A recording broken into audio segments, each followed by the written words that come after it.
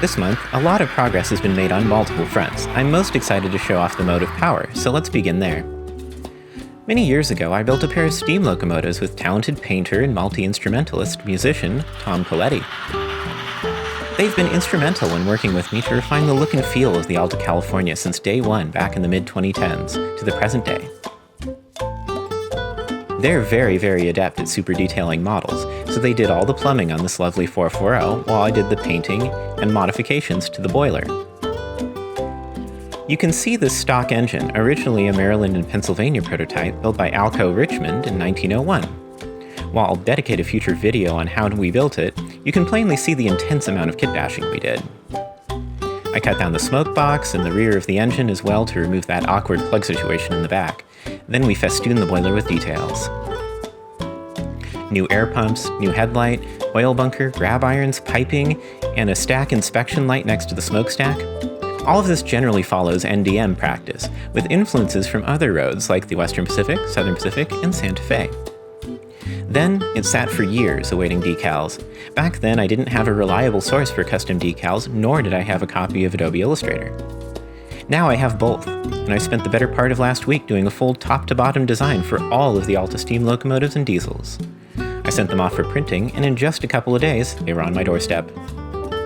Bolstered with the fresh decals in hand, I set about finishing off that model that had been waiting for its time to shine for many years. I pinstriped the wheels, running boards and tender. I used micro set to make the decals apply flawlessly onto the surface. I then sealed it with Tamiya Clear. Then it was time for a test run. It hadn't run in a while, but a month or two ago I programmed in the correct number to match the complete roster of the Alta that Alexander had created. Now this 2000 series B1 440 number 2015 was ready for operation. There's still more to do. I'd like to install LED lighting in both headlights and finish detailing the cab, but you'll get to see all of that in the dedicated video that's coming up. It also wasn't the only engine that Tom and I worked on at the time, but that's a project for another day. Also included on the sheet of decals were some experimental Alta diesel decals for both the as-delivered 1946 scheme, the 1955 Raymond Loewy design scheme, and the 1968 Mexico Olympic scheme. I had a leftover shell from an unsuccessful kinda New Haven-inspired scheme I did a few years ago. I primed it in white and then did a little something different inspired by the Daylight SD40R that was done back in the 70s by the SP. I painted one half in the 1946 scheme in a lovely pale yellow and orange with olive green underframe and roof. I then masked off the other half of the shell and painted that up in the 1968 Mexico Olympic scheme. I now have a great experimental locomotive without having to buy two shells. I might name it Harvey Dent under the cab window. The other two test mule locomotives got their paint jobs refined as well. A thinner white slash to match the drawings, and then decals applied in different locations to experiment with final placement. Now I have a trio of experimental diesels and one mostly completed steam locomotive. The Alta-California is finally brought to life in earnest. It feels much more real to me now. Now onto the layout. As you just saw in the run-by clips, the neighborhood above the photo curve got scenery in the last couple of weeks, and it's changed the way I do scenery for the better. After watching a couple of videos encouraging the use of tile grout mixed in with local dirt, I decided to further refine this idea by using some Arizona Rock and Mineral Company Desert Varnish. As best as I can guess, it's a heavily powdered pigment you blend into glue and scenery mixes to strongly influence the final color of the surfaces you are modeling. It works remarkably well and plays very nicely with the tile grout and dirt mixture. I carved the foam into a more natural landform and then built some custom retaining walls. When the Alta rerouted its main line through the town of Esquina, it bought up a large swath of land wide enough for a double-track main line. This meant cutting into the surrounding hills and mesas, so the Alta used what it had on hand: old light rail that was surplus to its needs and surplus ties. These retaining walls were inspired by Southern Pacific practices, but commonly are found all around North America. Whenever I break a piece of flex track or cut unusably short sections, I save the rail in a spare box for exactly this kind of thing. I build up the tie wall using full-strength Titebond 2 and then stagger the courses like common bond brick. I then cut the ends to fit when needed. Then I cut pieces of rail tall enough to hold in the entire height of the retaining wall and also poke down into the foam. I hold the rail in with CA or wood glue and let it dry. This method is great for short retaining walls, less than 10 feet tall like these seen here. I also did this set of steps using ties and florist wire that looks like a rebar, so the homes up the hill have a backyard path down to the dead-end road below.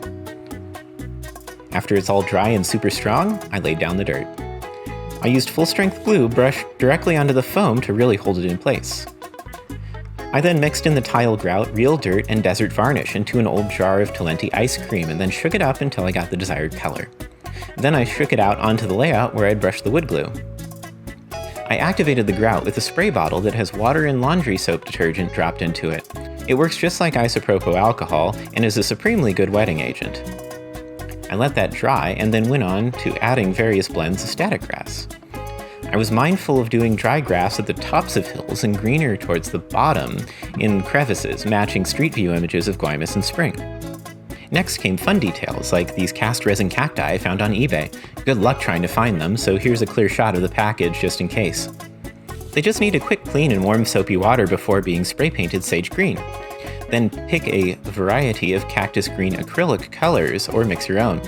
Follow on with some magenta to make some prickly pears. Then plant them onto the layout.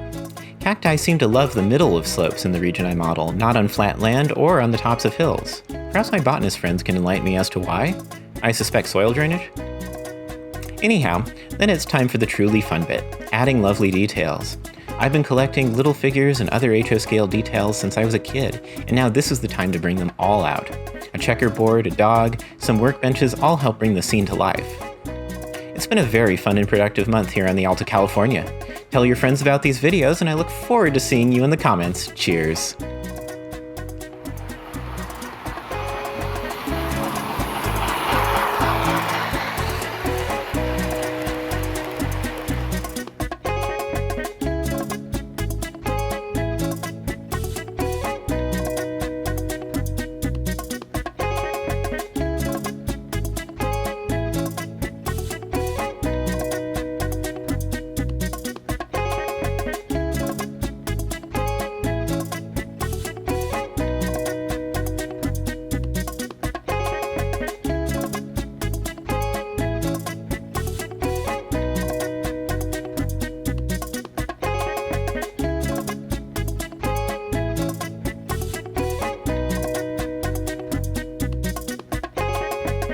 So we were considering what we wanted to put in the center of the town of Esquina, and we thought this might be a good idea.